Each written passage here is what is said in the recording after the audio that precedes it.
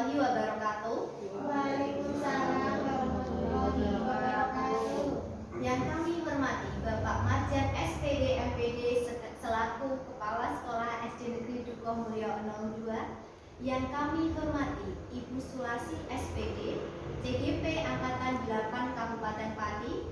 Yang kami hormati seluruh Dewan Guru SD Negeri Dukuh Mulyo 02. Pada hari ini kita akan menyaksikan pemaparan budaya positif menyebarkan pemahaman dan pengalaman penerapan budaya positif dari Ibu Sulasi SPD. Kepada Ibu Sulasi, waktu dan tempat kami silakan. Bismillahirrahmanirrahim. Assalamualaikum warahmatullahi wabarakatuh. Waalaikumsalam warahmatullahi wabarakatuh. Terima kasih waktu yang diberikan kepada saya. Yang saya hormati Bapak Marjan SPD MPD selaku Kepala Sekolah SD Negeri Dukuh Mulyo 02. Yang saya hormati semua Dewan Guru SD Negeri Dukuh Mulyo 02. Pertama-tama marilah kita panjatkan puji syukur kehadirat Allah Subhanahu wa taala yang mana pada pagi hari ini kita telah diberi kenikmatan yaitu kesehatan sehingga kita semua dapat berkumpul di ruangan SD Negeri Dukuh Mulyo 02 ini dalam keadaan sehat walafiat. Selanjutnya sholawat serta salam kita haturkan kepada junjungan Nabi agung kita yakni Nabi Muhammad SAW yang kita nantikan syafaatnya di yaumul qiyamah. Amin Allahumma amin. Baik Bapak Ibu semuanya, sebelumnya saya ucapkan terima kasih atas kehadiran Bapak Ibu semuanya di sini ya. Di sini saya akan memaparkan yaitu tentang menyebarkan pemahaman, pengalaman penerapan budaya positif. Di sini dalam diskusi ini adalah untuk memenuhi tugas saya dalam mengikuti pendidikan program guru penggerak ya. Di sini Bapak Ibu saya sudah pada modul 1 yaitu pada modul 1 itu ada submodul sudah sampai modul 1.4 yaitu tentang aksi nyata, modul 1.4 yaitu tentang budaya positif.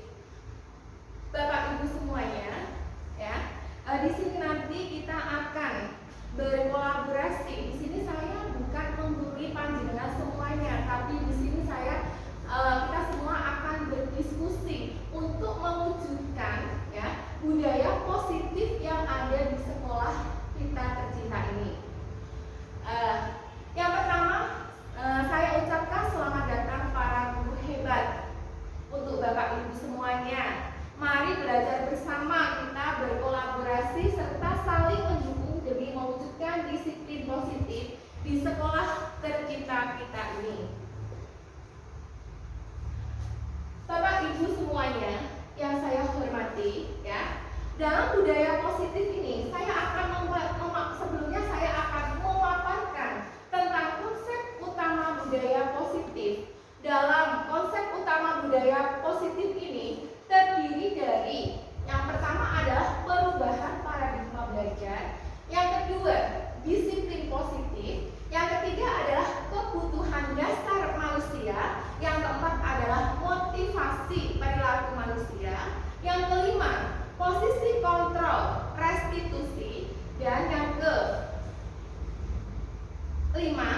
keenam keyakinan kelas, kemudian yang ketujuh adalah segitiga restitusi. Untuk konsep yang pertama yaitu tentang pembelajaran dengan paradigma baru. Pembelajaran dengan paradigma baru itu dirancang berdasarkan prinsip pembelajaran yang terdiferensiasi sehingga setiap siswa belajar dengan sesuai kebutuhan dari tahap perkembangannya, yaitu untuk mewujudkan profil pelajar Pancasila. Di sini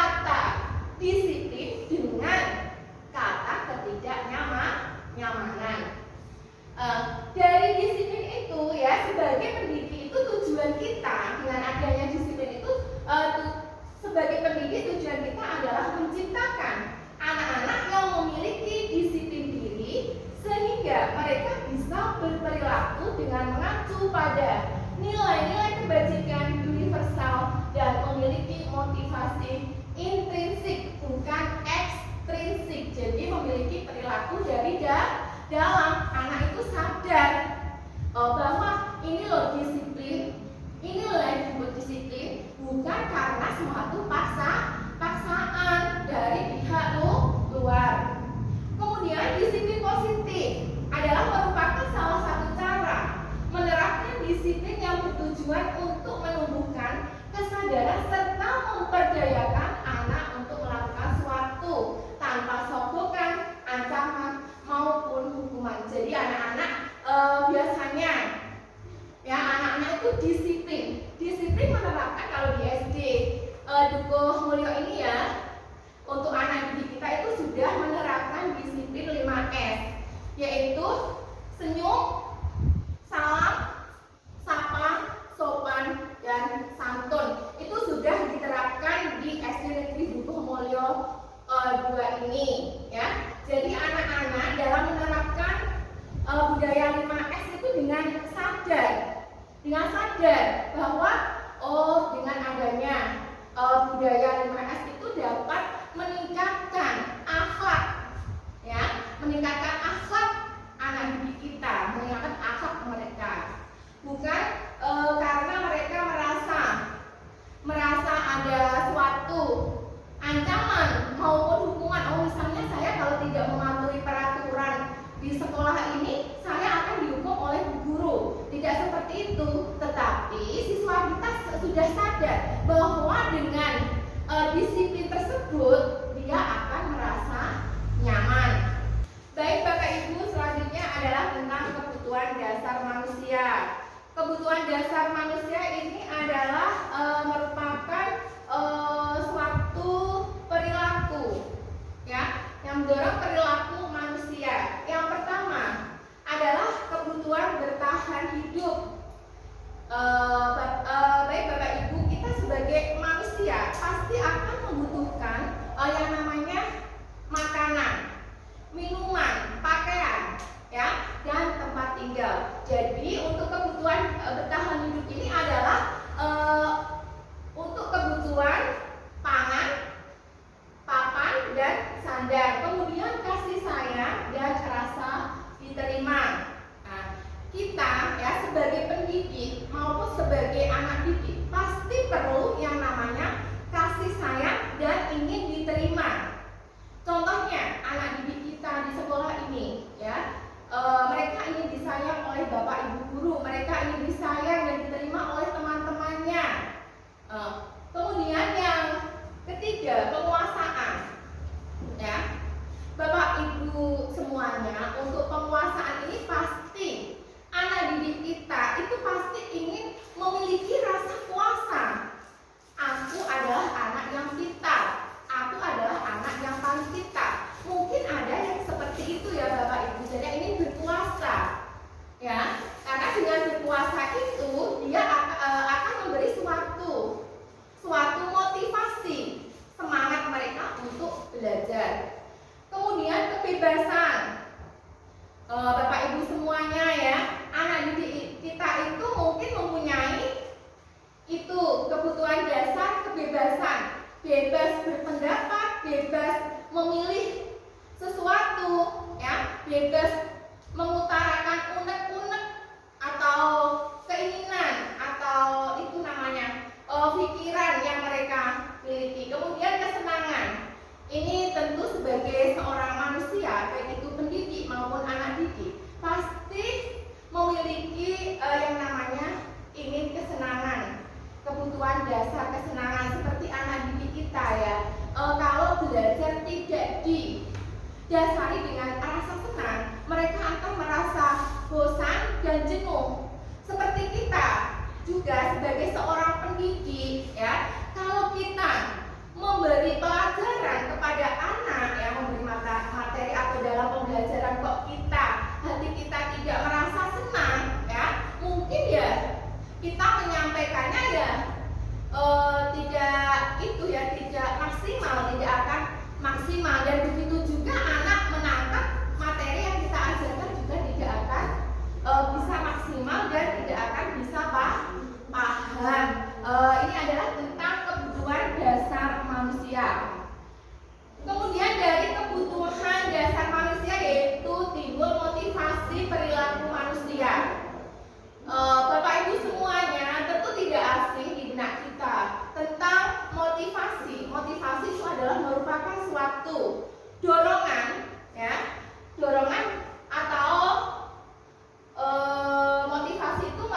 dorongan yang tumbuh dalam diri seseorang secara sadar atau tidak sadar untuk melakukan suatu tindakan dengan tujuan tertentu.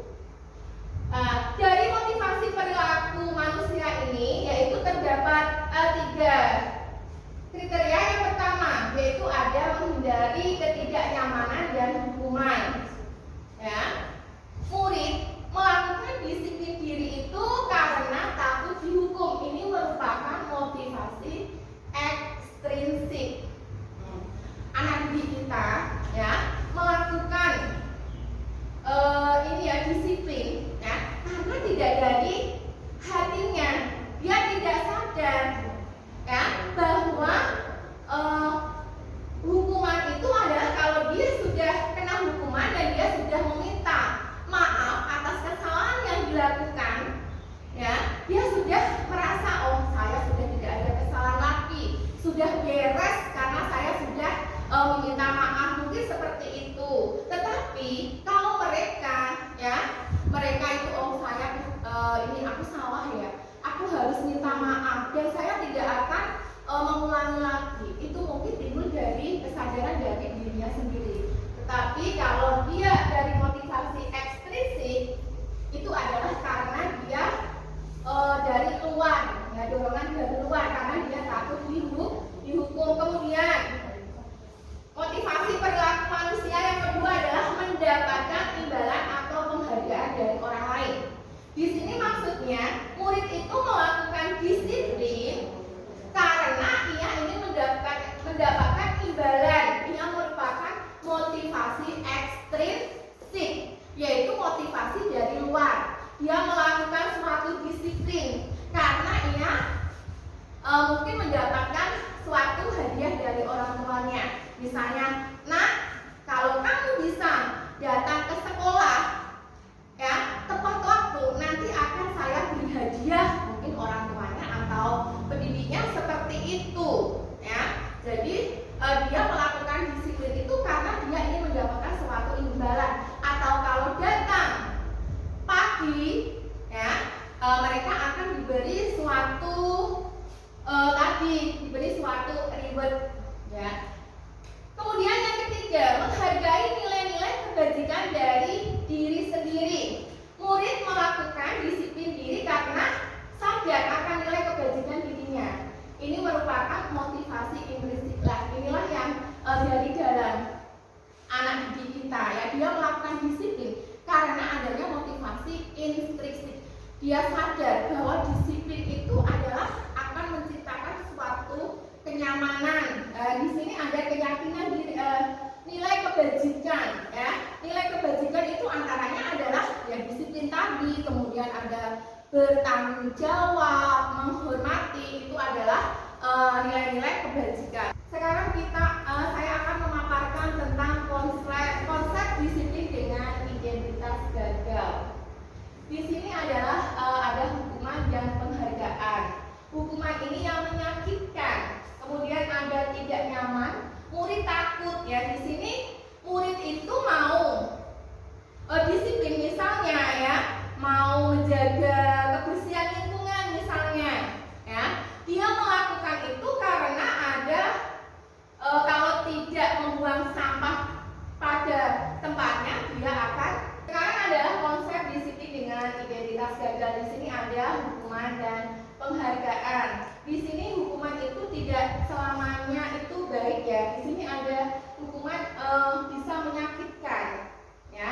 Karena misalnya ada anak didik yang misalnya mengejek temannya. Setelah mengejek temannya itu dia dihukum dan ingin dan disuruh minta maaf ya. Apakah hanya sekedar maaf saja itu bisa mereka menumbuhkan rasa untuk tidak mengulangi lagi. Kemudian tidak nyaman, murid takut, mereka mau meminta maaf ya, karena mereka takut dihukum. Kemudian murid menyembunyikan kesalahan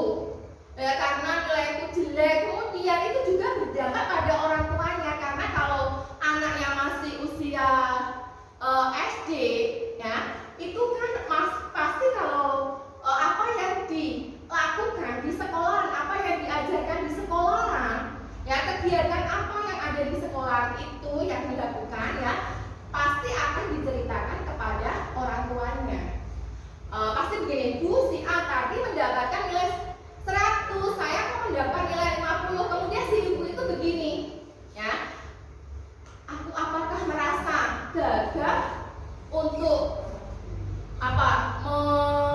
memberikan bimbingan kepada anak saya. Nah, mungkin seperti itu. Kemudian mematikan kreativitas, menghukum dengan sistem ranking, ya. Alhamdulillah pada kurikulum 13 dan kurikulum merdeka, ya, pada rapot itu sekarang tidak dicantumkan sistem ranking atau peringkat. Kemudian merampas hak menghargai dirinya. Saya tidak dapat begitu, saya tidak diberi hadiah guru. Nah, jadi ya itu saya tidak ada motivasi lagi untuk meningkatkan belajarnya. Misalnya seperti itu. Kemudian untuk yang anak yang mendapatkan penghargaan itu, mungkin ya, saya sudah ini ya, saya sudah diberi hadiah oleh guru. Mungkin untuk selanjutnya dia tak mau mengerjakan dengan serius kalau diberi suatu penghargaan atau reward. Seperti itu, Bapak Ibu semuanya. Untuk selanjutnya yaitu konsep disiplin dengan identitas sukses. Di sini ada yang namanya konsekuensi dan restitusi. Untuk konsekuensi ini adalah penguatan jangka pendek. Jadi perlu adanya monitoring berkelanjutan. Kemudian adanya stimulus dan respon, adanya dorongan, ya, adanya dorongan dan rangsangan, ya. Kemudian murid ini menghormati peraturan. Kemudian yang selanjutnya adalah kehilangan waktu untuk merenungi kesalahan. Karena sifatnya konsekuensi itu adalah penguatan jangka pendek. Kemudian untuk restitusi, murid bertanggung jawab untuk perilakunya. Dia sadar bahwa apa yang dilakukan itu salah dan dia harus meminta maaf. Kemudian fokus pada restitusi ini adalah fokus pada penyelesaian masalah jangka panjang. Murid menghargai dirinya dan orang lain. Di sini juga ada teori kontrol. Dengan restitusi ini juga murid, ya, bersemangat memperbaiki kesalahan apa yang telah dilakukannya. Bapak Ibu semuanya, untuk selanjutnya adalah konsep disiplin pendekatan restitusi. Ini adalah mungkin baru kita dengar, ya, Bapak Ibu semuanya. Saya juga baru mendengar setelah saya mengikuti pendidikan program guru penggerak. Di sini ada konsep disiplin pendekatan restitusi. Ini adalah sebuah cara untuk menanamkan disiplin positif pada anak didik kita. Restitusi sendiri itu adalah proses menciptakan kondisi bagi murid untuk memperbaiki kesalahan mereka, sehingga mereka bisa kembali kepada kelompok mereka dengan karakter yang lebih kuat. Untuk ciri-ciri restitusi sendiri itu adalah yang pertama, bukan menebus kesalahan, namun belajar dari kesalahan. Bukan menebus hanya sekedar meminta maaf saja, tetapi belajar dari kesalahan. Saya melakukan kesalahan ini, dampaknya akan seperti ini, merugikan diri sendiri, merugikan orang lain, misalnya. Kemudian memperbaiki hubungan. Setelah menebus kesalahan, itu hubungannya dapat diperbaiki. Kemudian adanya tawaran, bukan adanya suatu paksaan, ya. Anak itu meminta maaf, bukan adanya suatu paksaan. Kemudian menuntut untuk melihat ke dalam diri, mencari kebutuhan dasar yang mendasari tindakan. Jadi ini adalah fokus pada karakter, bukan suatu tindakan, ya, Bapak Ibu. Nah, kalau begitu, ya, ini ada suatu perbedaan, ya, apa itu namanya hukuman, konsekuensi, dan restitusi. Ini adalah ada suatu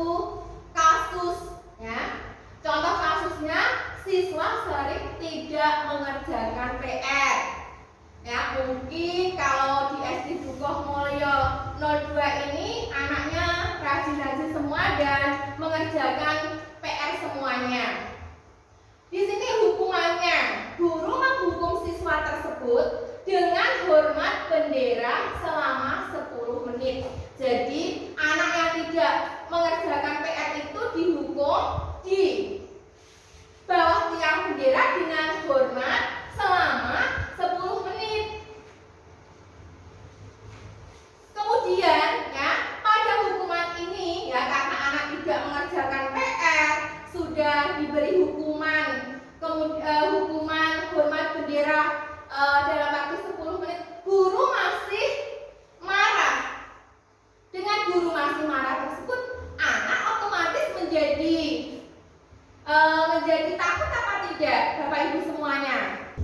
Tadi ya, Bapak Ibu semuanya, ini adalah guru menghukum siswa tersebut dengan hormat bendera selama 10 menit. Nah, selain anak tersebut dihukum untuk hormat bendera, ya, guru tersebut marah-marah karena ya anak tersebut tidak mengerjakan PR. Dengan adanya guru marah-marah dan sudah disuruh untuk hormat ya pada bendera, anak menjadi takut apa tidak, Bapak Ibu semuanya? Iya, menjadi takut ya. Kemudian untuk konsekuensi, konsekuensi di sini guru memberikan konsekuensi untuk mengerjakan PR-nya saat istirahat atau dikerjakan sebanyak 3 kali lipat. Anak-anak yang tidak mengerjakan PR itu tadi, ya guru memberi konsekuensi. Kamu tidak mengerjakan PR, tapi pada saat istirahat nanti kamu harus mengerjakannya sebanyak 3 kali lipat. Begitu. Guru memberikan konsekuensi itu dengan tegas. Jadi siswa dengan ketegasan guru tersebut, siswa kemudian menghormati peraturan. Kemudian selanjutnya adalah restitusi.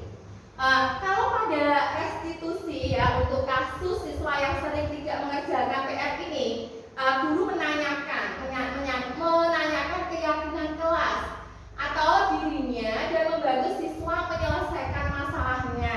Ya. Ini keyakinan kelas, bukan peraturan. Ya, beda ya Bapak Ibu antara keyakinan kelas dan peraturan. Keyakinan kelas ini adalah suatu peraturan yang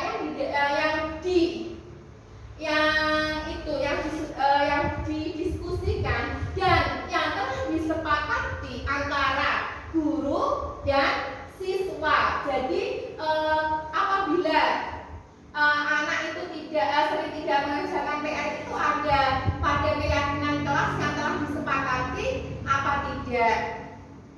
Setelah itu guru terbuka dan siswa menghormati dirinya dan orang lain. Jadi perbedaannya kalau hukuman itu adalah gurunya marah, kalau konsekuensi itu gurunya tegas. Tetapi kalau restitusi ini adalah guru terbuka. Apa yang dilakukan siswa?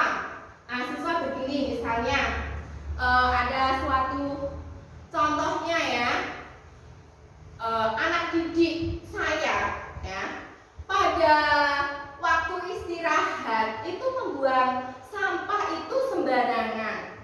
Pas di belakangnya itu ya, mungkin jaraknya agak jauh ya, ada saya.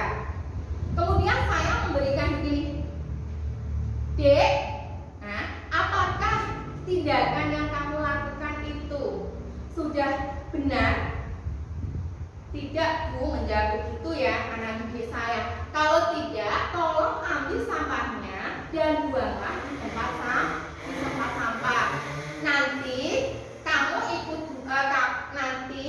kamu ke kantor ya, temui Bu Guru.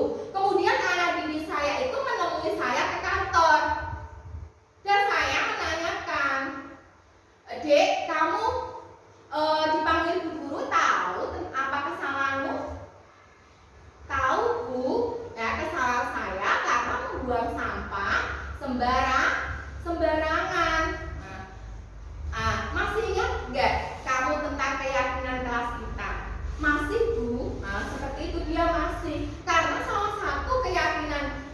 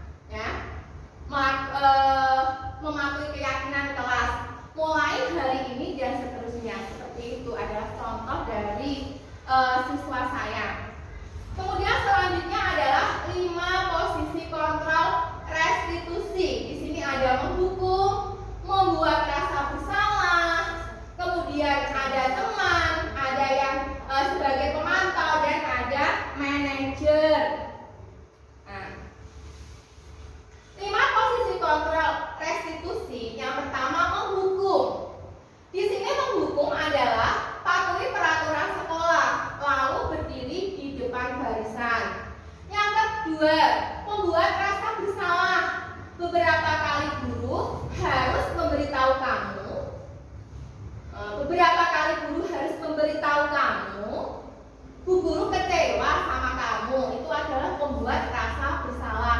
Kemudian kalau yang posisinya sebagai teman, ayolah yang tertib buat bu guru bangga. Kali ini tidak apa-apa kamu salah. Nah, kalau dengan pemantau, sebagai pemantau ya, kamu sudah melanggar apa peraturan dan konsekuensinya. Kemudian yang sebagai posisi kontrol manager, apakah kamu tahu kesalahanmu? Kira-kira bagaimana kamu akan memperbaiki kesalahan ini? Itu adalah 5 posisi kontrol restitusi nih Bapak Ibu. Kemudian selanjutnya adalah keyakinan kelas. Mengapa keyakinan kelas? Kenapa kok tidak peraturan kelas? Mengapa kita memiliki peraturan tentang penggunaan helm pada saat mengendarai sepeda motor? Mengapa kita tidak memiliki peraturan tentang penggunaan masker dan mencuci tangan setiap saat? Nah, coba ini adalah kegiatan membuat keyakinan kelas. Untuk membuat keyakinan kelas, yaitu kegiatan yang pertama adalah diskusi tentang peraturan. Peraturan apa yang kita terapkan? Misalnya datang ke sekolah tepat waktu, menjaga kebersihan, menghormati dan menghargai, ya. Kemudian fokus pada pelajaran. Nah, itu adalah contoh peraturan. Setelah kita berdiskusi tentang peraturan, kita merumuskan peraturan tersebut menjadi keyakinan kelas, ya. Jadi sebelumnya ya, diskusi dulu, merumuskan peraturan menjadi keyakinan kelas. Itu dalam peraturan tersebut itu ada nilai kebajikannya apa. Misalnya datang ke sekolah tepat waktu, itu nilai kebajikannya adalah disiplin, ya.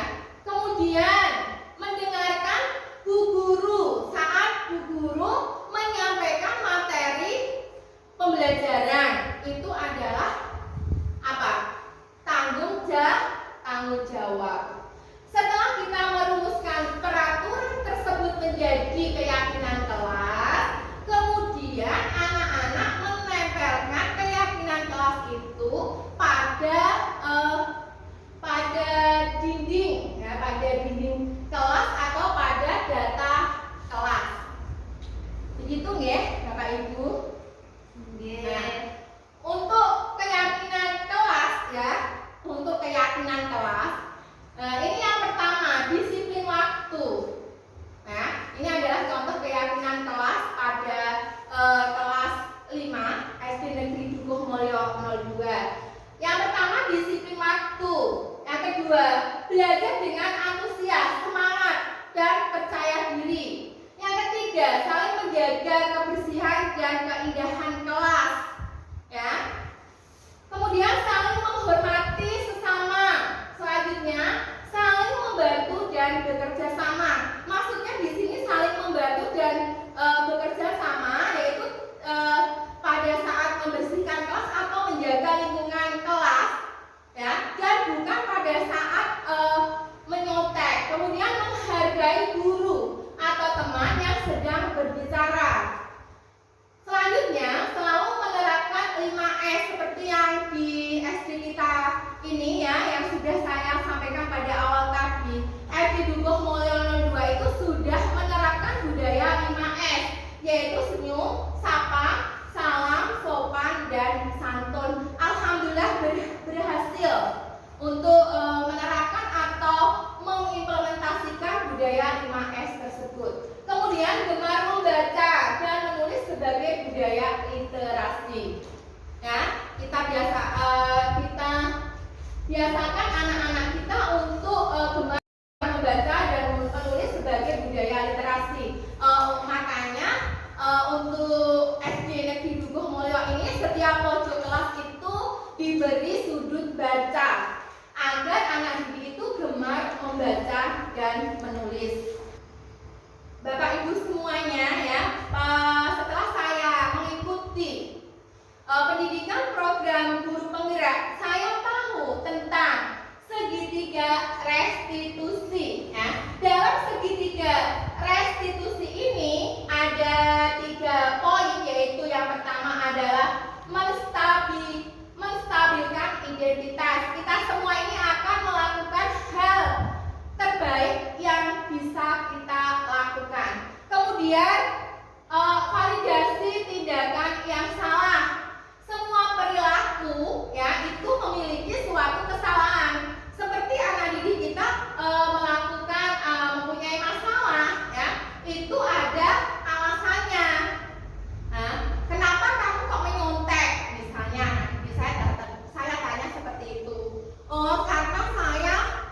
ketiduran Bu? Pasti punya alasannya. Nah, kemudian menanyakan keyakinan. Kita semua memiliki motivasi internal. Itu adalah poin dari segitiga restitusi. Baik Bapak Ibu semuanya, ini adalah contoh penerapan segitiga restitusi yang pada saat itu ya, tentang kesalahan yang dilakukan oleh anak didik saya yang bernama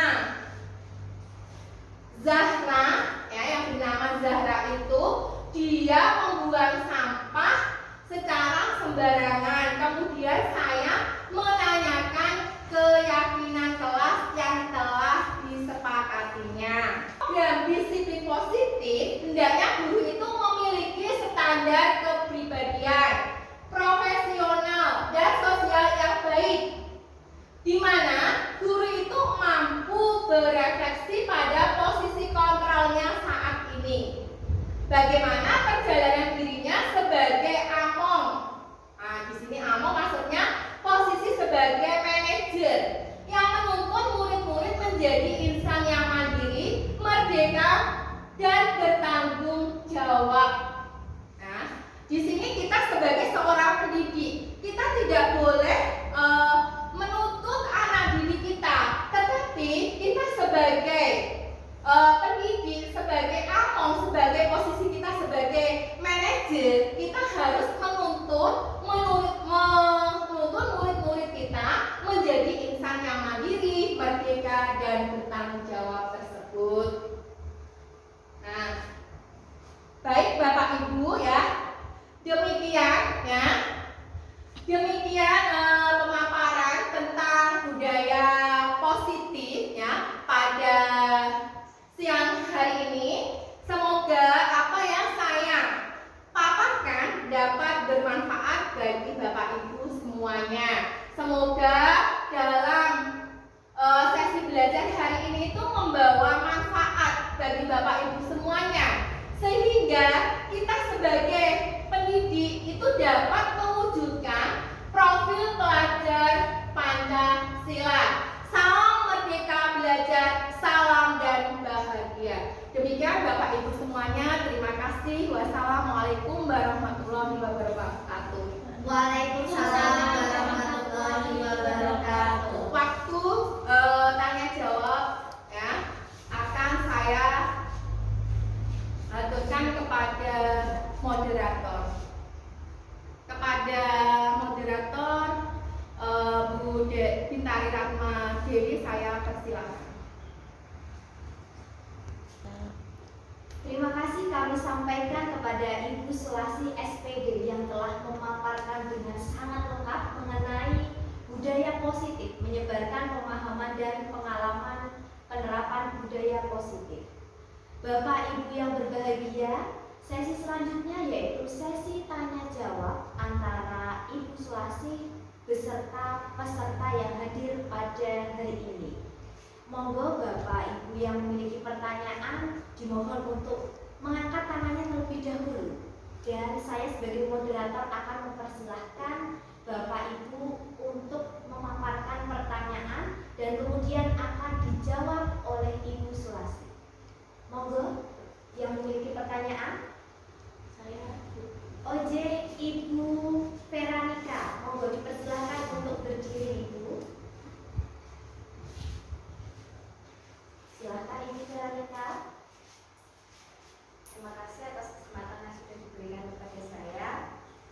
Saya ingin menanyakan keyakinan kelas seperti apa yang sudah Bu Sulasi sepakati dengan siswa kelas 5. Baik, terima kasih. Silahkan duduk kembali Ibu Veranika. Pertanyaan yang sangat bagus sekali dari Ibu Veranika. Monggo Ibu Sulasi mohon berkenan untuk menjawab pertanyaan dari Ibu Veranika. Baik, terima kasih. Saya akan menjawab pertanyaan dari Ibu Veranika Kartini ya. Keyakinan kelas apa yang sudah saya sepakati dengan anak didik saya? Baik Bapak Ibu semua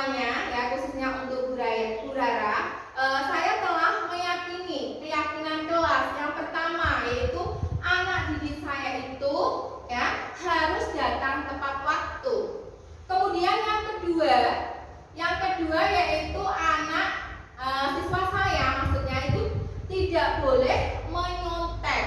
Yang ketiga, menjaga kebersihan. Yang keempat, menghormati dan menghargai. Demikian itu adalah keyakinan kelas yang sudah saya sepakati dengan siswa-siswa saya. Demikian ya Bu Dara. Ya, terima kasih Bu. Dan Bapak Ibu semuanya.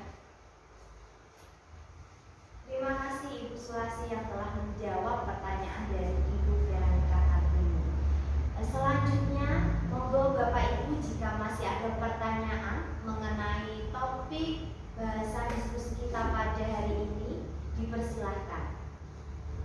Monggo, monggo Ibu Nining Savitri, dipersilahkan untuk ke depan memberikan pertanyaan kepada Ibu Sulasi. Ya, sebelumnya saya ucapkan terima kasih atas kesempatannya.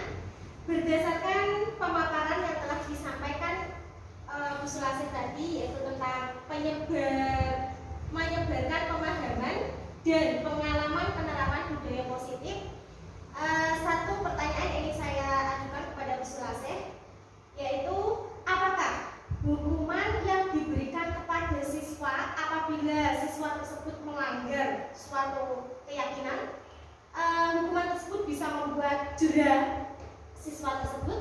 Terima kasih. Baik, terima kasih Ibu Nini, dipersilakan untuk duduk kembali.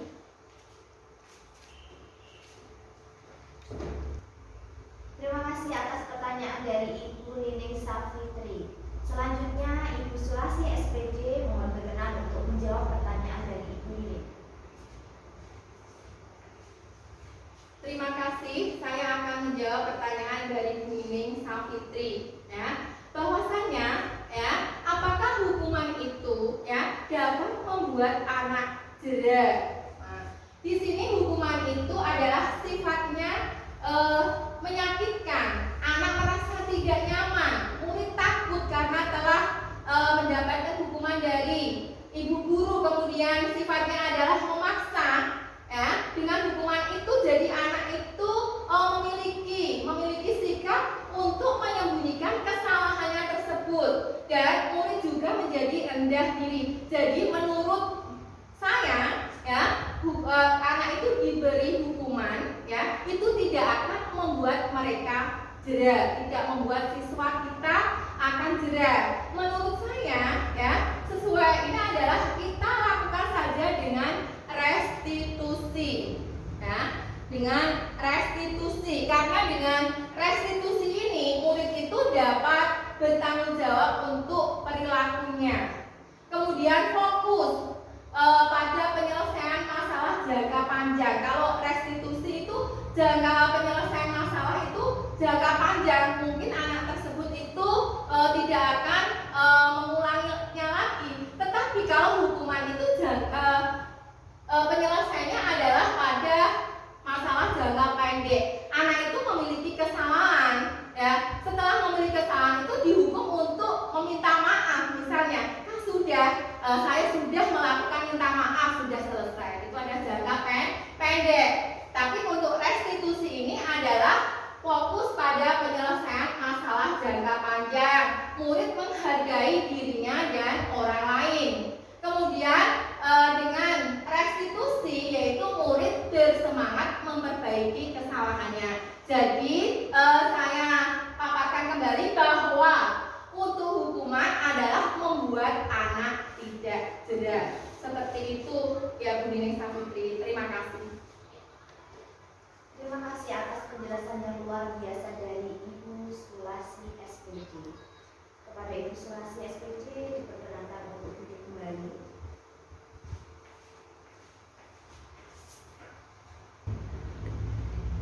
Bapak Ibu guru yang berbahagia, Ibu Sulasi SPD CGV Angkatan 8 Kabupaten Pati hari ini telah memaparkan banyak hal.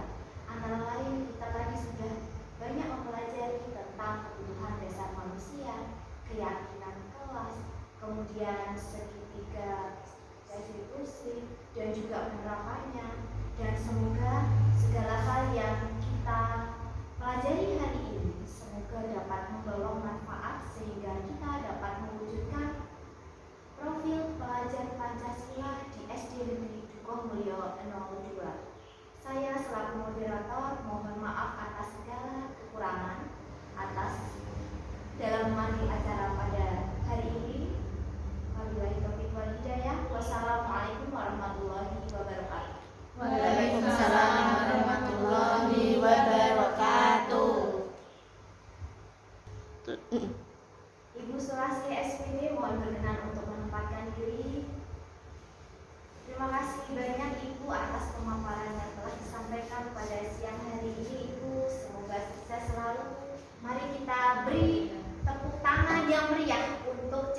kita hari ini, Ibu Sulasi SPD.